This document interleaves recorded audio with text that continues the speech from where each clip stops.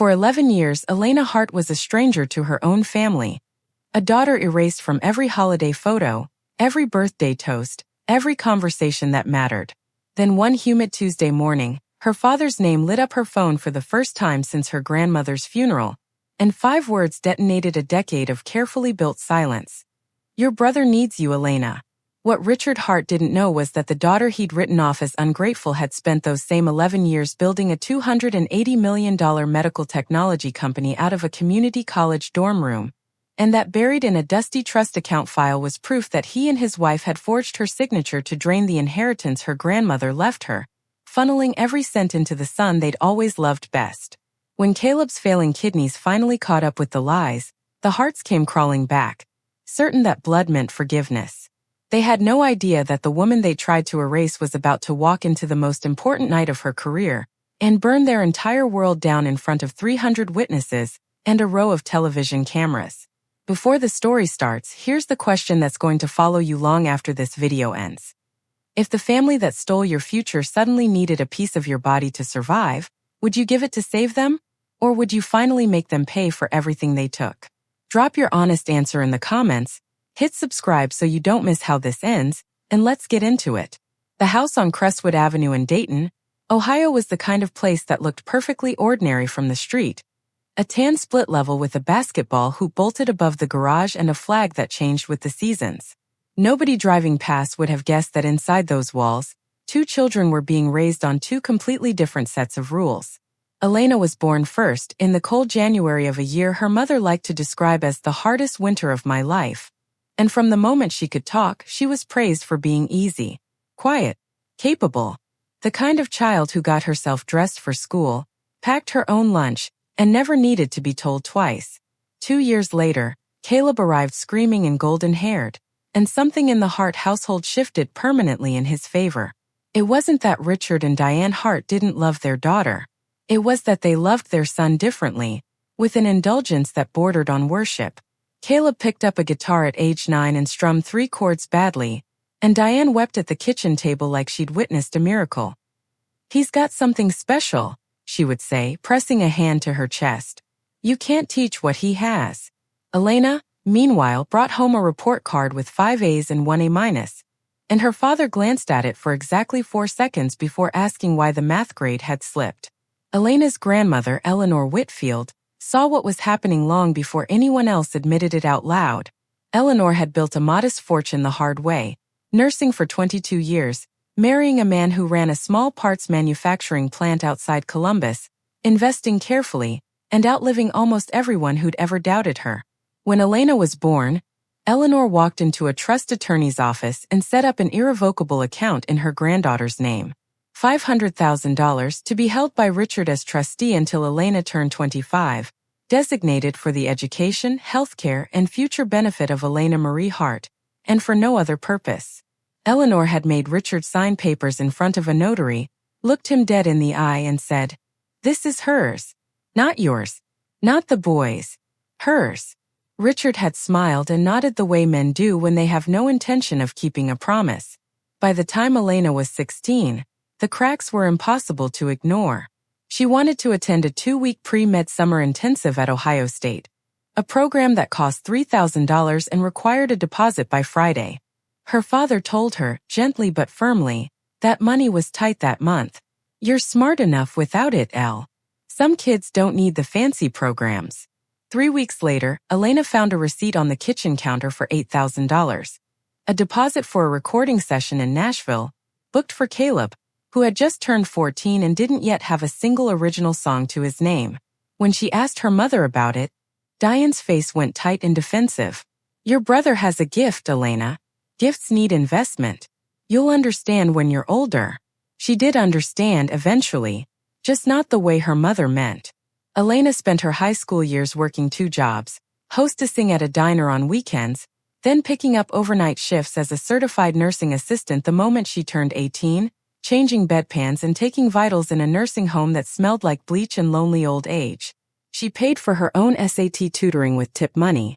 She paid for her own community college tuition because the financial aid office told her, almost apologetically, that her family's listed income made her ineligible for the grants she needed. and her parents will figure it out never once turned into an actual check. Caleb, meanwhile, dropped out of community college after one semester to focus on his art, moved back into his childhood bedroom and stayed there rent-free, expense-free, his laundry still done weekly by his mother, until he was 26 years old. The first real wound, the one that never fully closed, came when Elena was 20. Before that, though, there had been her nursing school pinning ceremony, the formal evening when graduating nurses received the small pin marking their entry into the profession, surrounded by family in a college auditorium that smelled of carnations and floor polish. Elena had sent her parents the date 4 months in advance.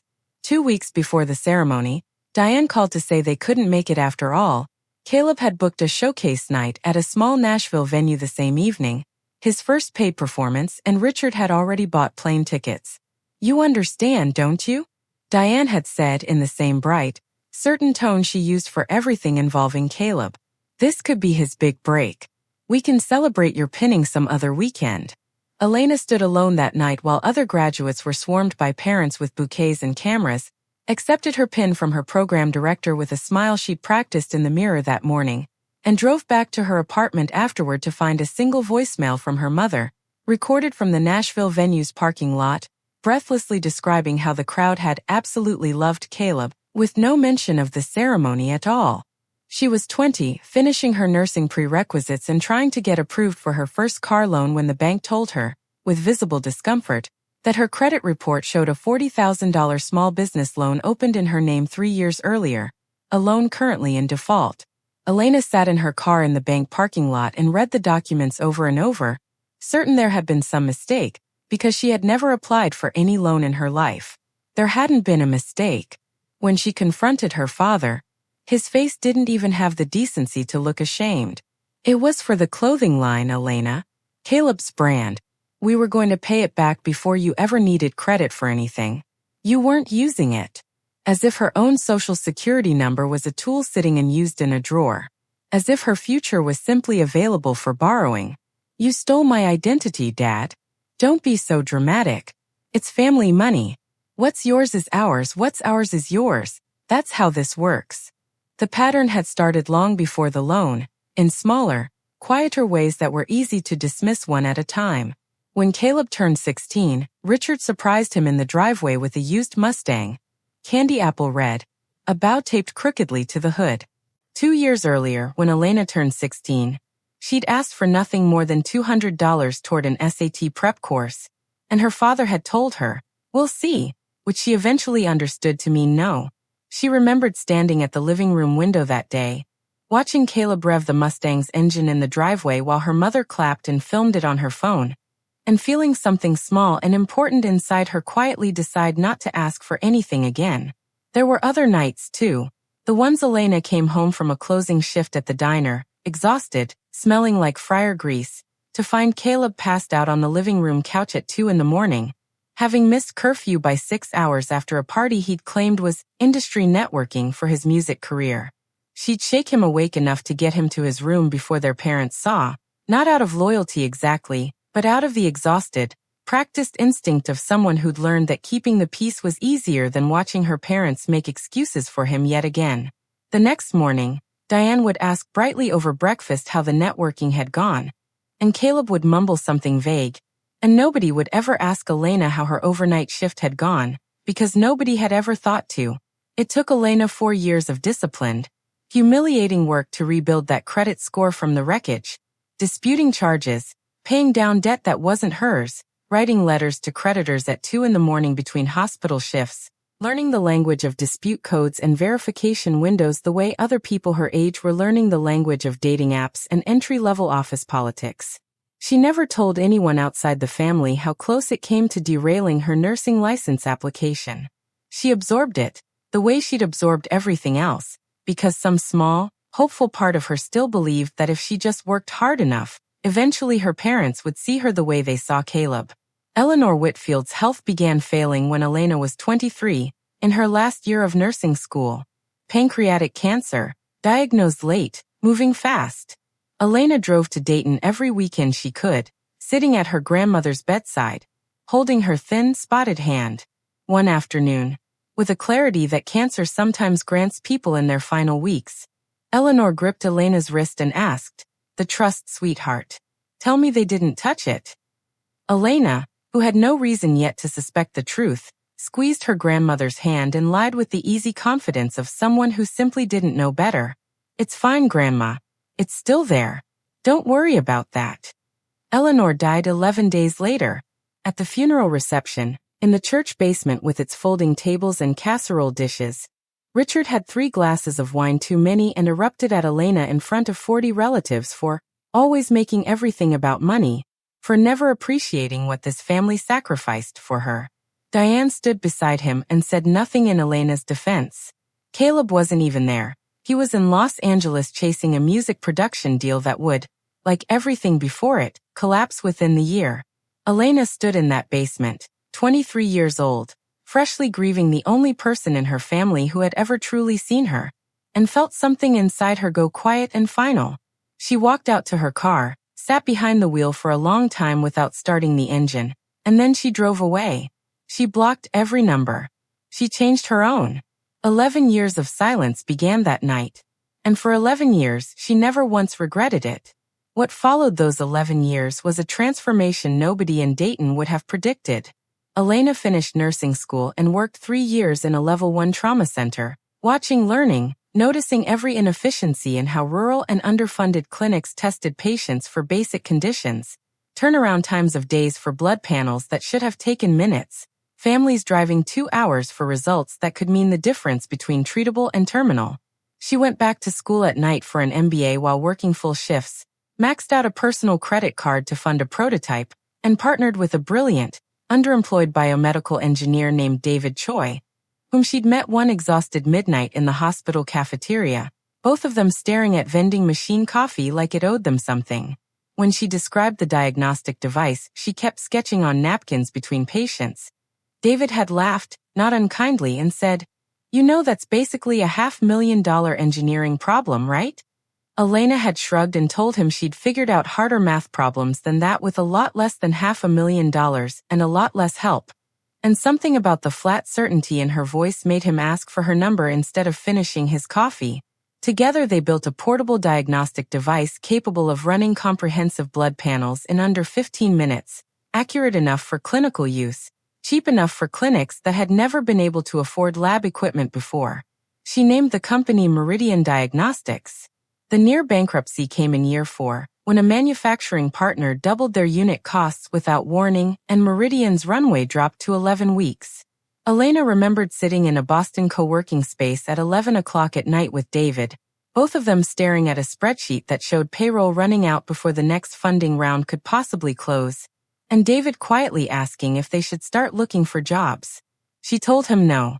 She drained her own modest savings into the company, put off her own salary for 5 months, and personally cold called 11 rural health network directors over a single brutal week until one of them, a skeptical but desperate clinic administrator in western Pennsylvania, agreed to a pilot program that became the case study that finally convinced a venture fund to write Meridian's first real check. 9 years, 3 funding rounds, and that one brutal near bankruptcy later, Meridian had 340 employees, devices deployed in over 600 clinics across 14 states, and a valuation that had just crossed $280 million after its most recent round. Elena, 34 years old now, lived in a quietly elegant brownstone in Boston's Beacon Hill neighborhood, modest by the standards of people with her net worth, because she remembered too well what it felt like to need things and be told no. Her only real indulgence was a pair of small pearl earrings that had belonged to her grandmother, which she wore every single day without exception. She had been profiled in the Boston Business Journal. She had been named to a regional list of top healthcare innovators under 40. She had built, with her own hands and her own exhausted years, everything her family had once told her she wasn't entitled to want. She had not spoken to her parents in 11 years. She had not spoken to Caleb in nearly as long, though there had been one exception, around year 6 of her silence, when an unknown Los Angeles number left a voicemail she almost didn't listen to. It was Caleb, his voice thinner than she remembered, asking if she could front him a few thousand to cover rent while a new venture got off the ground, adding, almost as an afterthought, that he hoped she was doing well. She had stared at her phone for a long time that night. Somewhere between rage and a strange, leftover tenderness for the boy who used to fall asleep on her shoulder during long car rides as kids, before she finally deleted the voicemail without calling back. It was the only contact in 11 years, and it had not been to ask how she was. It had been to ask for money. She filed that small, telling detail away without realizing, at the time, how much it would matter later. And on an ordinary Tuesday morning in early spring, sitting at her kitchen island with a cup of coffee going cold beside her laptop, her phone buzzed with a text from a number she hadn't deleted, only blocked, and somehow, through some carrier glitch or her own forgotten settings, it slipped through. "Your brother needs you, Elena. Please. He's dying." She read it twice. She did not cry. She did not feel the floor drop out from under her the way she might have expected, after 11 years of building a life specifically designed to never need these people again. Instead, something colder and more familiar settled into her chest. The same icy clarity she'd felt walking out of that church basement. She looked at the screen for a long moment, and then quietly, almost to herself, she smiled. She did not respond. Not yet. She had learned, over 11 years of building a company from nothing, that the worst decisions are the ones made on emotion and incomplete information. So instead of typing a reply, she picked up the phone and called the one person from her old life she had never fully cut off, her father's estranged sister, Aunt Ruth, who had her own decades-long history of being burned by Richard's relationship with money, and who had quietly stayed in occasional contact with Elena over the years, sending a birthday card here, a worried check in text there. Ruth picked up on the second ring, and within 20 minutes, Elena had the outline of what was happening. Caleb, 31 now, had been diagnosed 3 years earlier with polycystic kidney disease, an inherited condition that ran on Richard's side of the family, and had quietly been destroying his kidneys long before anyone noticed the symptoms. He was in stage 5 renal failure, on dialysis 3 times a week, and on the deceased donor transplant waiting list with an estimated wait time of 4 to 6 years. A wait his doctors weren't certain his heart could survive given some early signs of cardiac strain. Richard wasn't a viable donor himself, carrying a milder version of the same genetic condition. Diane's blood type didn't match. Caleb's girlfriend had been tested and ruled out. In a family that had shrunk down to almost nothing, Elena, biologically the strongest potential match as a sibling, had become their only real hope. "They're desperate, sweetheart," Ruth said, her voice low. "And desperate people don't always ask nicely. I'd be careful." Elena thanked her, hung up, and sat in her quiet kitchen for a long time. She wasn't a monster. Some genuinely human part of her ached at the thought of her brother hooked up to a dialysis machine 3 times a week, watching his own body fail him at 31. And she made herself sit with that ache rather than push it away, turning it over carefully in the quiet of her own kitchen. She separated, deliberately, the question of whether Caleb deserved to survive a genetic illness he hadn't chosen from the question of whether his parents deserved to use that illness as leverage. They were not the same question, and she refused to let anyone collapse them into one just because it would be more convenient for the people demanding an answer. But another part of her, the part that had spent 11 years learning to trust facts over feelings, knew that before she made any decision about her body, her time, or her life, she needed to understand something that had quietly haunted her for over a decade. What had actually happened to her grandmother's trust? The next morning, she called Whitfield Trust and Fiduciary Company, the small regional firm that had administered Eleanor's accounts for decades, and asked in the calm, professional tone she used for investor calls, to request the full historical records of any trust established in her name. The first representative told her the older paper files from before the company's 2015 digital migration would take time to locate, and asked, almost apologetically, whether this was urgent.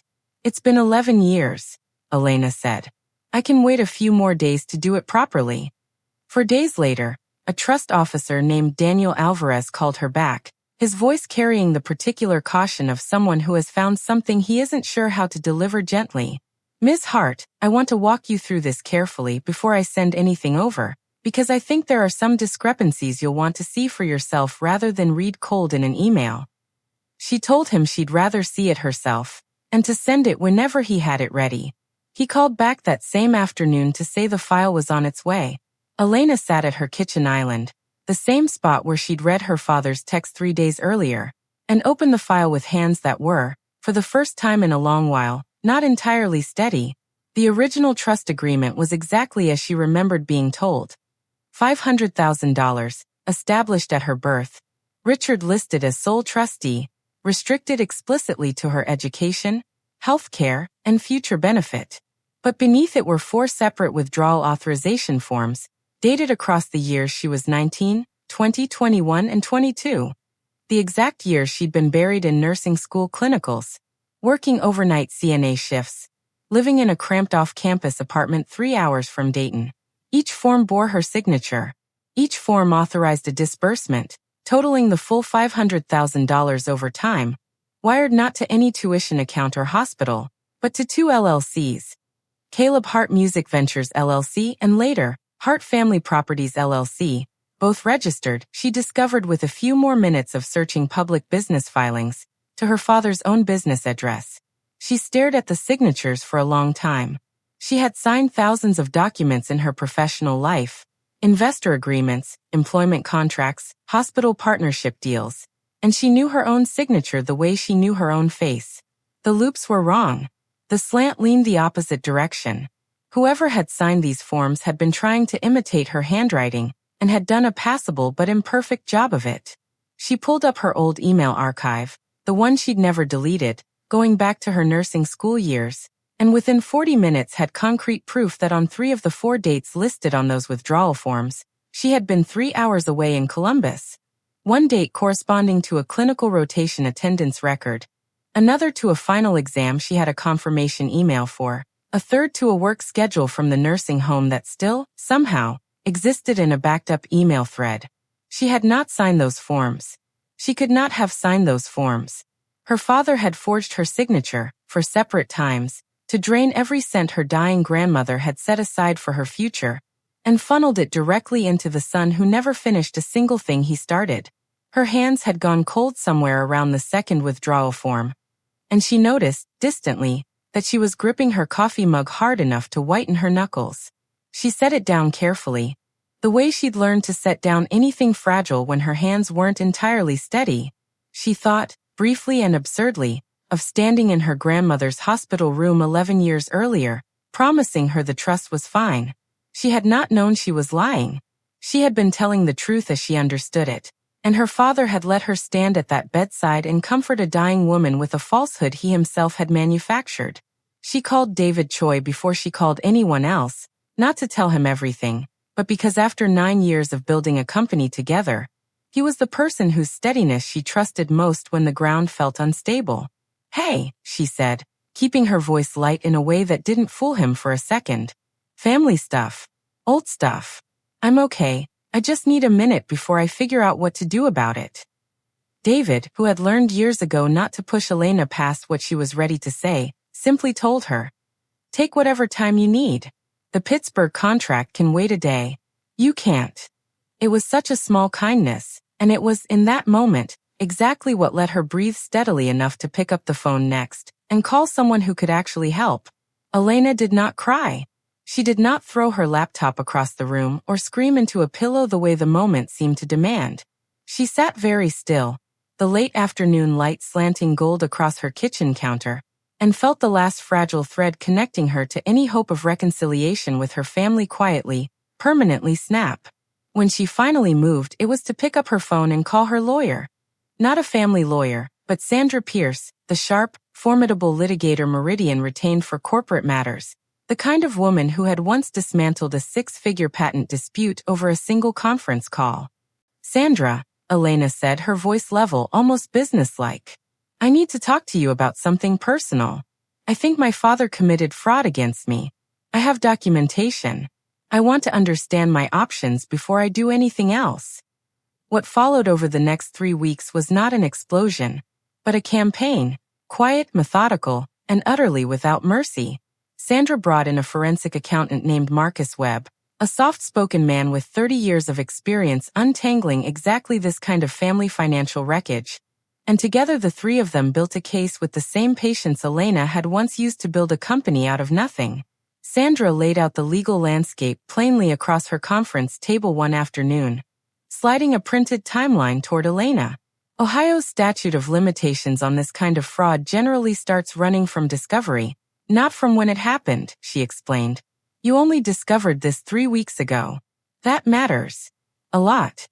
Marcus traced the wire transfers through both shell LLCs and found a trail that read like a confession written in numbers. The Nashville recording sessions. A leased Range Rover registered to Caleb that lasted exactly until the lease defaulted. A failed restaurant venture called Heart and Soul that closed within 14 months, its remaining assets liquidated at a fraction of their cost. A Patek Philippe watch, purchased for $11,000 in the same month Richard had told Elena that money was too tight for her SAT tutoring. Later resold for cash when the family needed liquidity again.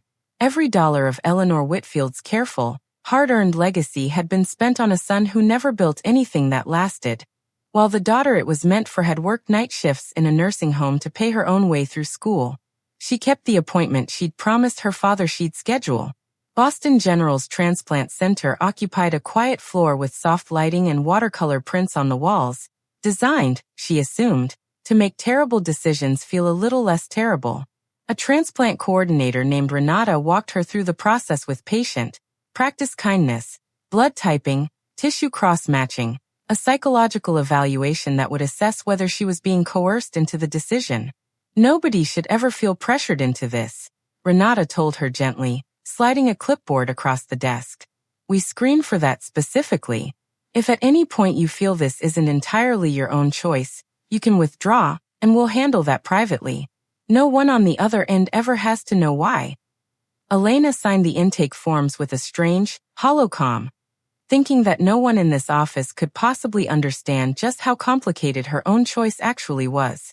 While Marcus and Sandra built the paper trail, Elena did something that surprised even herself. She called her father back. Not to confront him. Not yet, but to play, convincingly, the role of the daughter still weighing an impossible decision. I need to think about this, she told him, her voice carefully neutral. I'm not saying no. I'm scheduling a compatibility evaluation at Boston General. We'll see if I'm even a match. Richard's voice on the other end had softened into something almost grateful, almost paternal. The version of him she'd craved as a child. That's all I'm asking, Al. We're family. Family shows up. She hung up the phone and sat with the bitter irony of that sentence for a long moment before going back to the documents spread across her dining table. She also did something that had nothing to do with revenge and everything to do with protecting what she'd built. She worked with her CFO and Sandra to formalize something she'd been quietly planning for over a year anyway. Transferring the bulk of her personal equity stake in Meridian into an irrevocable charitable trust named, fittingly, the Eleanor Whitfield Fund for Women in Medicine. It was both a tribute to the grandmother who tried to protect her and an ironclad firewall against any future claim her family might attempt to make on her success. Her CFO, reviewing the structure with her late one evening, asked only half joking whether this was overkill. Maybe, Elena said. But I've watched what my father can do with one signature and a notary who didn't ask enough questions. I'm not giving him a second chance to find a loophole. Aunt Ruth, when Elena finally called and told her everything, went quiet for a long moment and then said, I have an old email.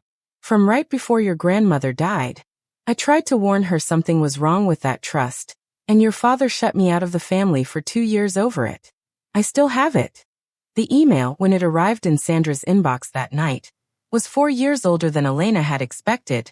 Ruth had noticed unusual withdrawal patterns in a shared family bookkeeping spreadsheet Richard had once carelessly left open at a holiday gathering, and had quietly raised concerns directly to Eleanor weeks before her diagnosis, concerns Eleanor had apparently taken seriously enough to mention to her own attorney, though she died before any changes could be made.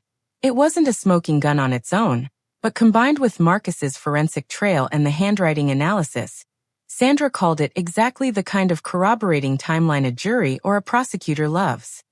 Sandra, for her part, had one more piece of advice that Elena would later be grateful for. People like your father, she said, when they feel the ground shifting under them, sometimes they don't go quiet.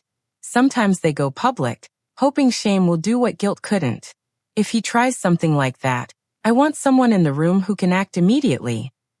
She made a call to a contact in the Financial Crimes Unit, a detective named Caroline Reyes, and gave her a quiet heads up.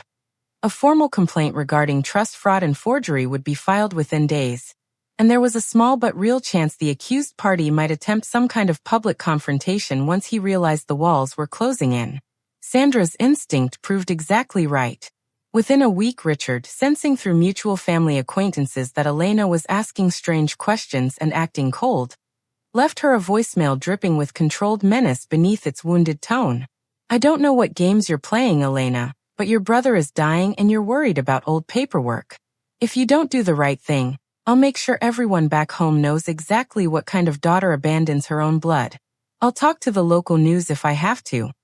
Elena listened to the voicemail twice, saved it as evidence, and felt no fear at all.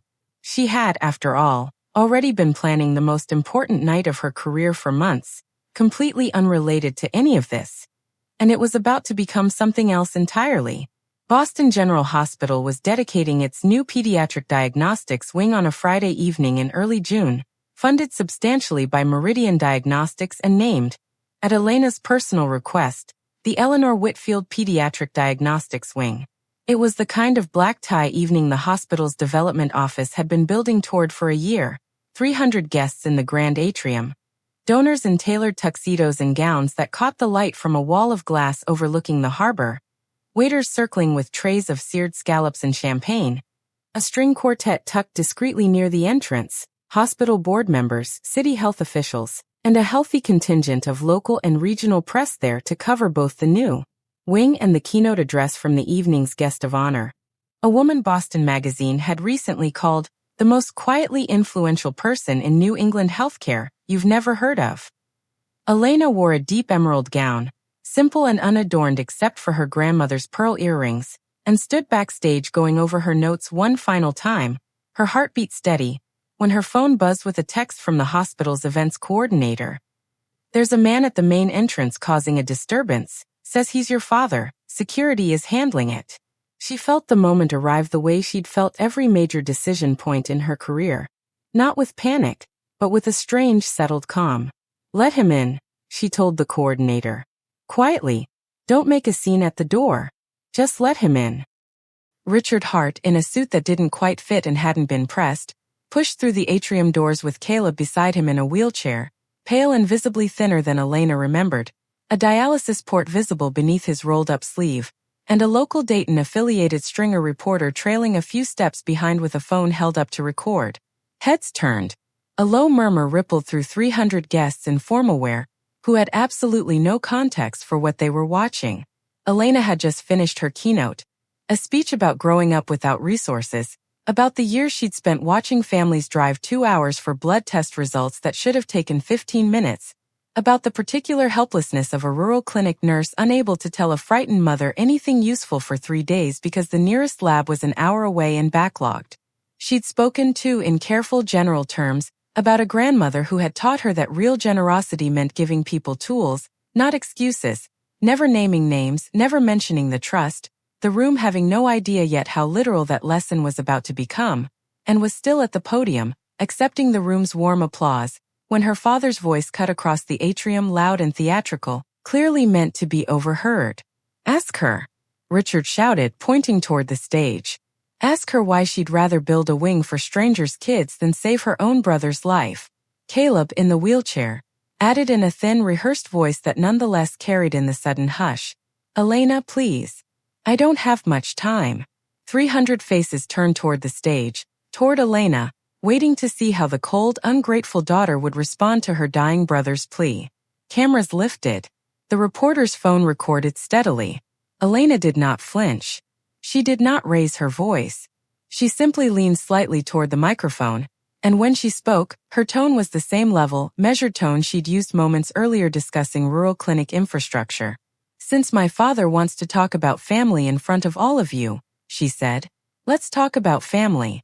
She gestured, and the AV technician her events coordinator had quietly briefed 2 days earlier, at Elena's own instruction just in case, brought up a new slide on the massive screen behind her. It was the original 2008 trust agreement, Eleanor Whitfield's careful, looping signature at the bottom, the words "for no other purpose" highlighted in the document's text. "My grandmother left me a trust when I was born," Elena said, her voice carrying easily across the stunned silence. $500,000. For my education. For my future. My father was named trustee. She gestured again and the screen changed. The 4 withdrawal authorization forms appeared side by side. Her real signature pulled from a notarized business document beside the forged ones. The differences now magnified and circled in red by Marcus Webb's forensic analysis. "These are the documents that drained that trust between when I was 19 and 22 years old. The signatures on them are not mine. I have forensic analysis confirming it. I have my own academic and employment records proving I was 3 hours away on the dates these were supposedly signed. Every dollar went here."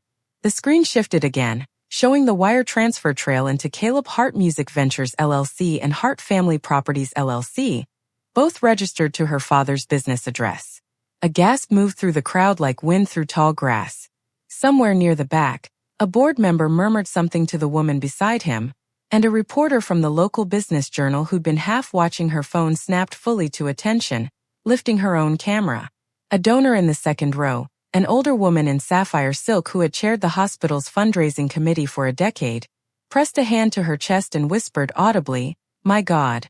While the man beside her, a city health official who'd spent the cocktail hour praising Elena's keynote, simply lowered his champagne glass and watched, transfixed, as the evening's celebrated guest of honor calmly dismantled the very family that had just tried to humiliate her. The local reporter, who had arrived expecting a heartwarming family reunion story or, at worst, a juicy scandal about a cold-hearted heiress, was now filming something else entirely. "My father also opened a $40,000 business loan in my name without my knowledge when I was 20, to fund my brother's failed clothing line, and left me to rebuild my credit alone over 4 years while I was in nursing school," Elena continued, and her voice did not waver once. "I left this family 11 years ago because of what I knew then. I'm telling you all this tonight because of what I just learned 3 weeks ago." Diane, who had slipped in behind Richard sometime during the speech and stood frozen near a side column, made a small strangled sound and said, "Elena, please, not like this, not in front of everyone," as though the venue, rather than the 11 years of theft, was the actual offense being committed. "You didn't think twice about doing it in front of everyone either, Mom," Elena said, not unkindly but without softening it.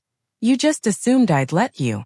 She paused and, for the first time, looked directly at her father, whose face had drained of all its earlier theatrical confidence, and at her brother, whose rehearsed plea had curdled into something closer to confusion.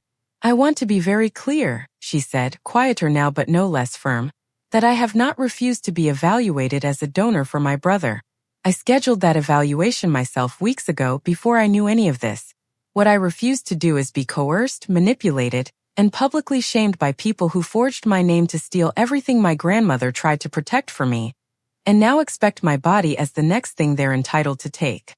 It was at that moment that a woman in a simple dark blazer stepped forward from near the edge of the stage, having been quietly present in the atrium all evening at Sandra Pierce's earlier request, sipping a sparkling water and chatting amiably with a hospital trustee as though she were simply another guest. "Mr. Hart," Detective Caroline Reyes said, holding up a badge for the room and for the cameras to see, "I'd like you to come with me to discuss some documents related to a fraud complaint filed this week. We can do this quietly or we can do it here. That's your choice." Richard's eyes flicked toward the badge, then toward the cameras, then toward his daughter on the stage, as though some calculation were running behind them that had only now begun accounting for the possibility of consequences. "This is insane," he said, his voice climbing half an octave. "She's the one who should be arrested, for letting her own brother die over old paperwork." "Sir," Detective Reyes said, not unkindly but with the flat patience of someone who had said this exact sentence to 100 other furious people, "we can talk about all of that downtown. Not here." Richard Hart, surrounded by 300 witnesses, a wall of cameras and a financial crimes detective, did not choose quietly. He sputtered something about lies and lawyers and family business, but the room had already made up its mind, and Diane, who had slipped in behind him sometime during the speech, stood frozen near the doorway with her hand over her mouth, watching her husband be escorted out of the atrium past a sea of people who had, 10 minutes earlier, applauded the daughter she'd spent decades dismissing. The story broke that same night, first on the local Boston affiliate's evening segment, then picked up by a regional business outlet, then within 48 hours, by a national daytime program looking for exactly this kind of story. The self-made healthcare founder who'd uncovered her own parents' fraud live at her own hospital gala. The footage of Richard being escorted out by a detective while Elena stood calm and unshaken at the podium ran on a loop across morning shows for the better part of a week. Sandra found Elena in a quiet side room 20 minutes after the atrium had mostly emptied, still in her emerald gown, sitting very still in a folding chair someone had left behind from the AV setup. "You good?" Sandra asked, the question stripped of all her usual courtroom polish. "I think so," Elena said. "I keep waiting to feel terrible about it. The not quietly part. I don't. You gave him every chance to handle this privately," Sandra said. "He's the one who brought cameras." Priya arrived a few minutes later with Elena's coat and a bottle of water she hadn't asked for but drank gratefully, and the three of them sat together in the half-empty room while, beyond the doors, hospital staff quietly began clearing champagne glasses from tables that, an hour earlier, had held 300 people who would all remember this night for a very long time. What followed in the months after was the slow, grinding machinery of consequences finally catching up to people who had spent 30 years believing they never would. Richard was formally charged with forgery, financial exploitation, and breach of fiduciary duty, felonies given the size of the trust and the documented pattern of fraud. His financial advisory license, the one he'd built his modest local reputation on for 2 decades, was suspended pending investigation and then permanently revoked once 2 former clients, reading about the case in the Dayton Daily News, came forward with their own concerns about discrepancies in accounts he'd managed for them. He took a plea deal rather than risk trial, and Elena sat 3 rows back in a Montgomery County courtroom on the morning of his sentencing, watching a man who had once seemed so large in her childhood stand small and gray-suited before a judge who barely looked up from the file. "Mr. Hart," the judge said evenly, "trust fraud against a family member is, if anything, a deeper breach than fraud against a stranger, because it depends entirely on the victim's love for the perpetrator to succeed." The terms were restitution payments calculated against the trust's original value plus accrued interest, 3 years of probation, 400 hours of community service, and a public record that would follow him for the rest of his life every time anyone in Dayton searched his name. Elena did not feel triumphant watching it. She felt mostly a quiet and final relief, the particular relief of finally setting down something heavy she hadn't realized she'd been carrying for over a decade. Diane, who had spent decades curating a comfortable identity built on her husband's modest professional respectability and her unshakable belief in her son's specialness, found that identity dissolve within weeks. The women's club she belonged to for 15 years quietly stopped including her in invitations. Their church community, polite but unmistakably distant, suggested she might take some time for herself. One afternoon, running into a former bridge partner at a grocery store on Wilmington Pike, Diane offered a hesitant smile that was met with a tight, polite nod and a sudden, urgent need for the woman to check her grocery list, and Diane stood alone in the cereal aisle for a long moment afterward, understanding for the first time how thoroughly 30 years of careful appearances could collapse in a single news cycle. The house on Crestwood Avenue, refinanced years earlier to cover one of Caleb's earlier business collapses, went into foreclosure that autumn. On a gray, rain-soaked afternoon in November, neighbors who had once waved to the Harts on their morning walks watched through their windows as Richard and Diane loaded a U-Haul with what remained of 30 years in that house, Richard fumbling uselessly with an umbrella that wouldn't open, rain soaking through the shoulders of his jacket as he carried boxes to a truck parked at the curb of the only home either of them had ever owned. Caleb's situation unraveled in its own way. As the wire transfer trail became public record, several of his old business partners, investors he'd courted for the restaurant, for a short-lived streetwear line, realized the capital he'd flaunted for years had never been his to spend, and 2 of them filed their own civil suits seeking damages once they understood the funding behind his ventures had been fraudulently obtained.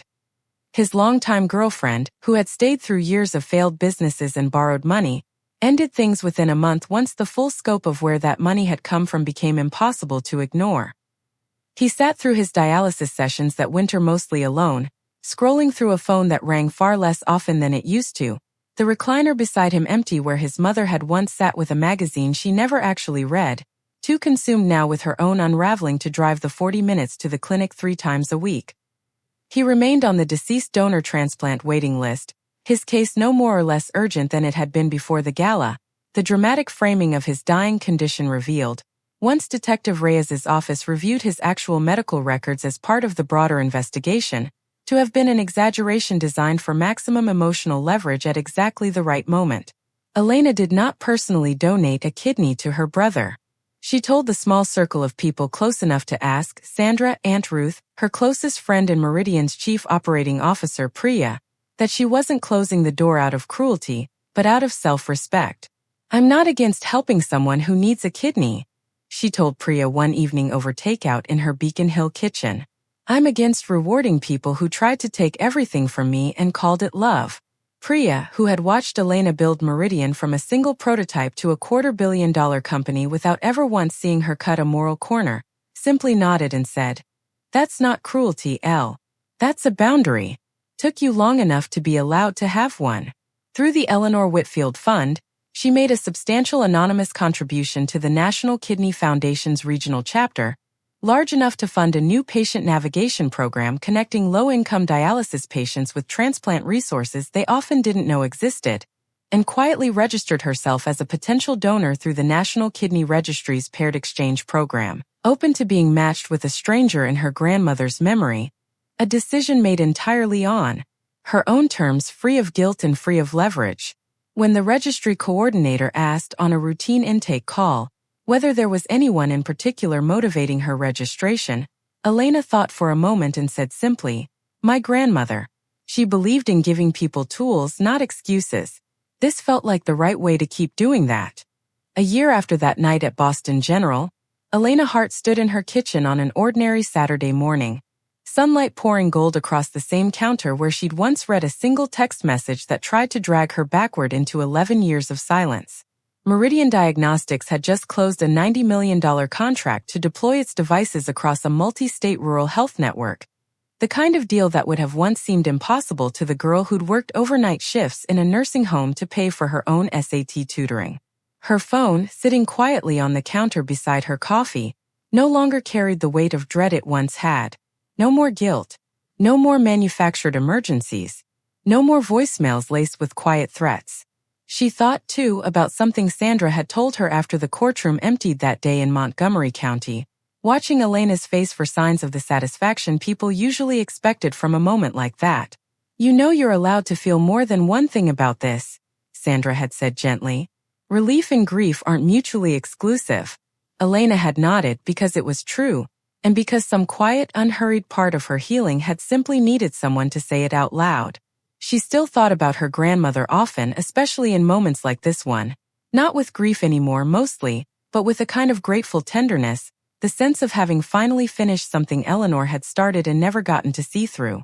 She thought sometimes, too, about the version of herself who had once stood at that hospital bedside and made a promise she didn't know was already broken, and she found she could forgive that younger version completely, the way she'd never quite managed to forgive the people who'd put her in the position to lie in the first place. She touched her grandmother's pearl earrings, a small steady habit she'd kept every single day for over a decade, and allowed herself finally the kind of peace that no amount of money could have bought her 11 years ago, the peace of knowing that everything she had built herself on her own terms, with no one left who could ever take it from her again.